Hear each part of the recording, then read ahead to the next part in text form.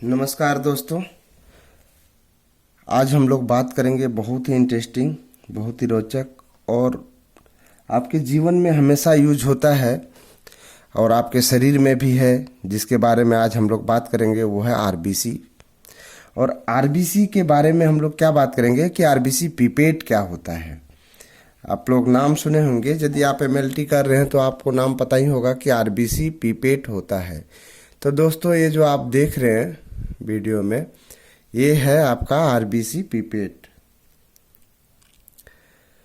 RBC pipette को हम लोग कैसे पहचानेंगे दोस्तों? इसमें देखिए 0.5 मार्क है, आपको इसमें दिख रहा होगा 0.5 मार्क है और इसके ऊपर में 1 मार्क है।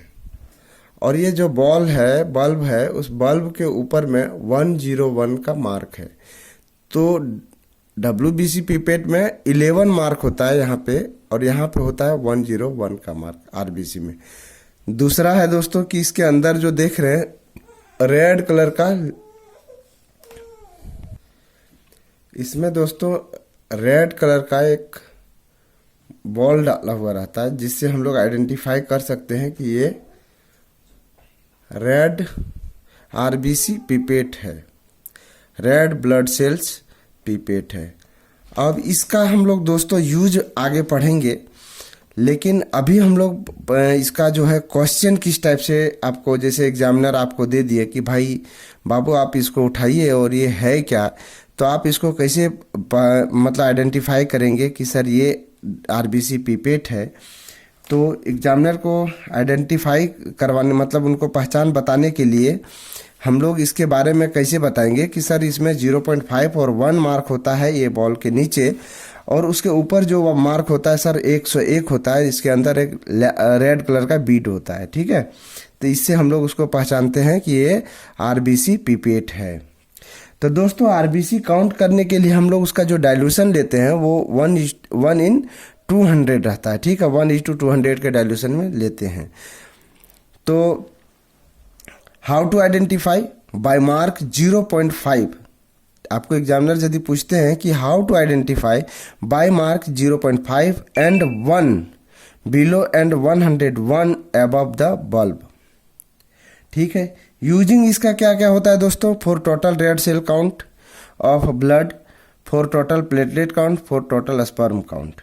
ठीक है, इसके बाद यदि पूछा जाता है कि describe the method of dilution of blood for RBC count, तो उसमें हम लोग कैसे करेंगे कि सबसे पहले हम लोग दोस्तों क्या करते हैं कि 0.5 तक ब्लड ले लेते हैं। ठीक है, देखिए इसमें हम लोग लिखे भी है कि blood is down up to mark 0.5। ठीक है, 0.5 तक हम लोग ब्लड ले लेते हैं। इसके बाद RBC diluting fluid is then sucked up to the mark 101। हम लोग यहाँ तक यदि ब्लड ले लेते हैं तो 101 मार्क तक हम लोग लेते हैं आरबीसी डाइल्यूटिंग फ्लूइड। इसके बाद दोस्तों इसको हम लोग क्या करते हैं कि इस टाइप से इसको मिक्स करेंगे। ठीक है, इस टाइप से हम लोग इसको मिक्स करेंगे, ऐसे ऐसे करके इसको हम लोग मिक्स कर लिए। मिक्स हो जाने के बाद हम लोग इसको क्या करेंगे कि 1-2 बूंद को डिस्कार्ड कर देंगे। ठीक है, क्योंकि इधर जो होगा वो तो फ्लूइड ही रहा होगा, ज़्यादातर चांस कम है कि यहाँ पे आरबीसी होगा। तो इसको हम लोग डिस्कार्ड कर देंगे। तो 2-3 बूंद जब डिस्कार्ड करेंगे तो ये खाली जगह है, इसका डिस्कार्ड हो गया। फिर हमारे जो बॉल्ब में है वो मतलब मटेरियल आएगा, तो उसको हम लोग न्यूबर्स काउंटिंग चैम्बर, आप लोगों को एक बार हम इमेज दिखाए होंगे, पिछले वीडियो में आप देख सकते हैं, या तो मैं दोस्तों एक बार ऐसा करता हूँ कि दिखाई देता हूँ। तो दोस्तों न्यूबर्स काउंटिंग चैम्बर में कुछ इस तरह से बना हुआ रहता है। ठीक है, तो इसमें आप देख रहे होंगे कि कुछ बड़े घर हैं, कुछ छोटे घर हैं। तो जो बड़े टेबल हैं उस टेबल में इसमें हम लोग दोस्तों WBC का काउंट करते हैं। 1 2 3 4 कॉर्नर पर हम लोग WBC का काउंट करते हैं।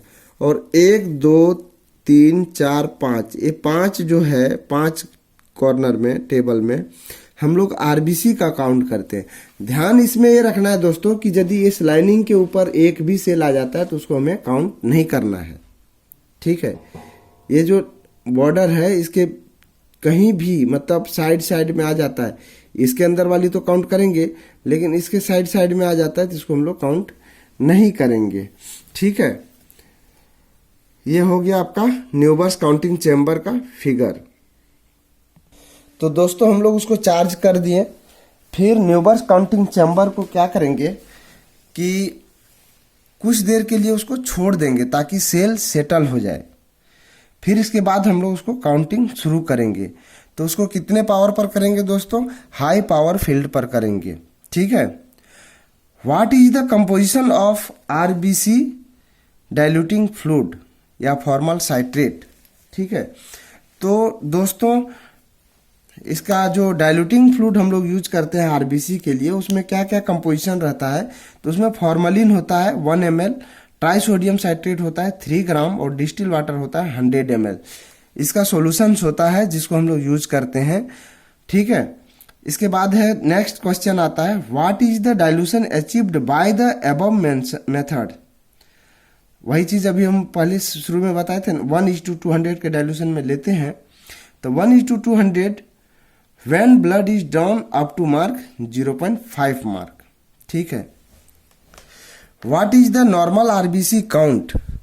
आपको जनरली ये क्वेश्चन पूछा जाएगा दोस्तों कि आरबीसी का नॉर्मल काउंट क्या होता है। तो मेल में होता है 5.0 to 6.0 मिलियन पर माइक्रोलीटर और फीमेल में होता है दोस्तों 4.5 to 5 मिलियन पर माइक्रोलीटर। चिल्ड्रेन में होता है दोस्तों 4.0 to 5.0 मिलियन पर माइक्रोलीटर। आप लोग ध्यान दीजिएगा कि 3 चीज है, जैसे आरबीसी, डब्ल्यूबीसी और प्लेटलेट। तो तीनों को हम लोग कैसे याद करेंगे? तो आरबीसी को जब भी याद करेंगे तो वो मिलियन में होता है, बहुत सारे संख्या में होती है। आप कभी डिफरेंशियल काउंट के लिए स्लाइड देखे होंगे पेरिफेरल ब्लड स्मीयर, तो उसमें आरबीसी सबसे ज्यादा दिखता है, डब्ल्यूबीसी कम दिखता है। इसके बाद क्या है कि प्लेटलेट दिखता है। तो सबसे कम क्या होता है कि डब्ल्यूबीसी होता है, उसके बाद होता है, उससे ज्यादा होता है प्लेटलेट, उससे भी ज्यादा होता है आरबीसी। तो हम लोग को बढ़ते हुए क्रम में हमें याद रखेंगे। तो सबसे पहले डब्ल्यूबीसी, प्लेटलेट, फिर आरबीसी। तो डब्ल्यूबीसी कितना होता है दोस्तों? 4,500 से 11,500 होता है। और प्लेटलेट होता है दोस्तों 1.5 लाख से 3.5 लाख। और आरबीसी कितना होता है? 5.5 मिलियन से 6 मिलियन, या तो 5.5 से 4.5 से 5.5 मिलियन बोल सकते हैं, ये चलेगा। ठीक है। ये हो गया आपका। ये ध्यान दीजिएगा, ऑलवेज आपको कोई भी टीचर जरूर पूछेंगे।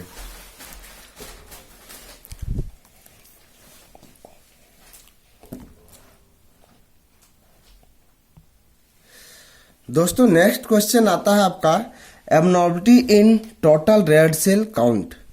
तो एबनॉर्मलिटी क्या क्या आ सकते हैं टोटल रेड सेल काउंट में? तो उसमें होता है दोस्तों कि डिक्रीज्ड, पहला होता है डिक्रीज्ड काउंट। उससे क्या होगा? एनीमिया होगा। ठीक है, एनीमिया, बहुत सारे एनीमिया होते हैं। इसके बाद इंक्रीज काउंट होगा तो हीमो कंसंट्रेशन होता है और पॉलीसाइथेमिया होता है। ठीक है। What is anaemia? यदि अब हम ऐसे यदि हम आंसर देते हैं एग्जामिनर को कि सर डिक्रीज यदि काउंट करता है तो एनीमिया होगा और इंक्रीज करता है तो हेमो कंसंट्रेशन और पॉलीसाइथेमिया होगा, तो उनको यदि ऐसा लगेगा कि दोस्त अब मैं दोबारा क्वेश्चन कुछ कर लूं, तो वो दूसरा क्वेश्चन नहीं करेंगे, इसी से आपको क्वेश्चन करेंगे। वो पूछ देंगे व्हाट इज एनीमिया। तो आप एनीमिया का डिफिनेशन कैसे देंगे? आप शॉर्ट में, आप दोस्तों यदि नहीं याद रहता है तो आप शॉर्ट में ऐसे बोल सकते हैं कि सर यदि हीमोग्लोबिन का जो नॉर्मल वैल्यू होता है उस वैल्यू से यदि कम आता है तो उसे हम लोग एनीमिया कहते हैं। ठीक है। तो anaemia is defined as reduction in haemoglobin concentration और red cell mass in blood below normal for the age and sex of the patient. An adult male is considered anemic when his hemoglobin concentration falls below 13.2 gram per deciliter, and an adult female is said to be anemia when her hemoglobin concentration falls below 11.7 gram per deciliter. तो दोस्तों ये जो ग्राम, ये हम 13.2 ग्राम और 11.7 ग्राम जो लिए हुए, कोई बुक से मैं लिया हूँ। और यदि आपको कोई बुक में ऐसा लगता हो कि ये कम है तो उसको आप अपने तरीके से बोल सकते हैं, जरूरी नहीं है कि यही कम मतलब मान्य है। तो 11 मिनिमम जो होता है दोस्तों 10 ग्राम जो है, 10 ग्राम के नीचे को हम लोग एनेमिक बोलेंगे ही, ठीक है। How do you classify anaemia? Anaemia में भी classified depending upon the morphological changes in RBC और इटियोलॉजी। दो तरह के एनीमिया होते हैं, मतलब दो प्रकार से हम लोग उसको मतलब क्लासिफाइड करते हैं, जो मतलब बहुत सारे बुक में दिया हुआ है, मॉर्फोलॉजिकल चेंजेज और इटियोलॉजी।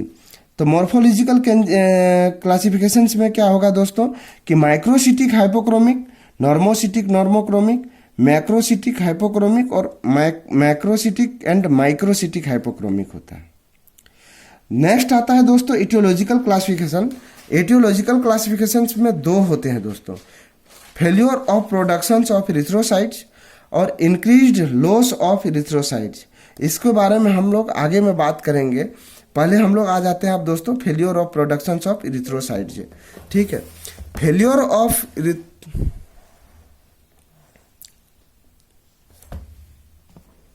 दोस्तों आप लोग घबराइएगा नहीं, मैं आगे इसको भी कॉन्साइज करके बताऊंगा जो कि आप शॉर्ट में कैसे आंसर दे सकते हैं, क्योंकि वाइवा एग्जाम में आपके पास इतना वक्त नहीं रहता है कि आप इतना डिस्क्राइब कर सको।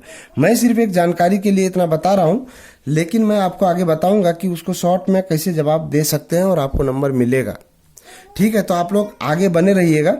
तो failure of production of erythrocyte, उसमें भी दो तरह के होते हैं दोस्तों, lack of haemopoietic and transport factors, ठीक है। डिफेक्ट इन बोन मैरो, अब डिफेक्ट इन बोन मैरो को फिर हम लोग नेक्स्ट आगे यहाँ पे बात करेंगे, ठीक है। तो lack of haemopoietic and transport factors में क्या क्या आता है, डाइटरी डिफिशियंसी होता है और फेल्योर ऑफ एब्जॉर्प्शन होता है और डिफिशियंसी ऑफ ट्रांसपोर्ट होता है। तो दोस्तों डाइटरी डिफिशियंसी में क्या क्या आएगा, आप लोग आयरन का नाम सुने होंगे, जनरली लोगों में आयरन डिफिशियंसी होती है, ठीक है। तो आयरन डिफिशियंसी होती है, विटामिन B12 होती है, फॉलिक एसिड होती है, विटामिन C होती है, प्रोटीन होती है, विटामिन B6 एंड CO होता है, ठीक है। फेल्योर एब्जॉर्प्शन में क्या क्या होता है दोस्तों, माल एब्जॉर्प्शन सिंड्रोम होता है, ठीक है। Deficiency of transport protein is that deficiency of transferrin transcobalamin, ठीक है।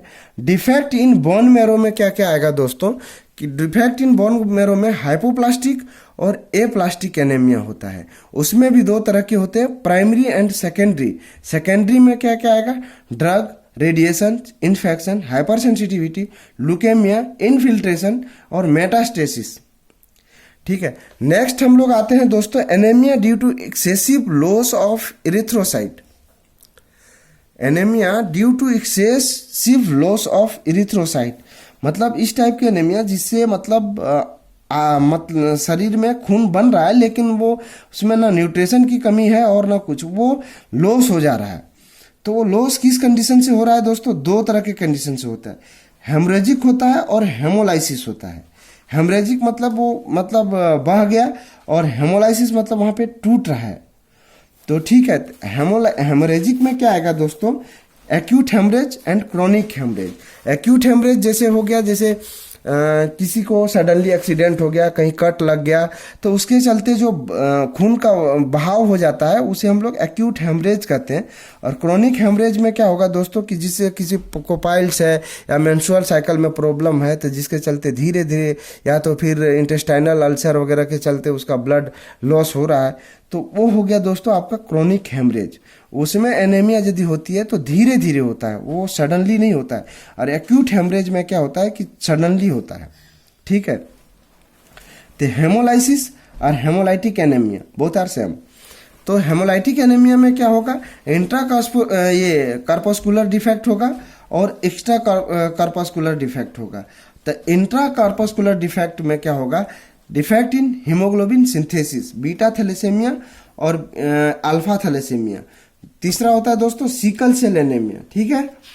अब नेक्स्ट हम लोग बात करते हैं डिफिशियंसी ऑफ इरिथ्रोसाइटिक एंजाइम।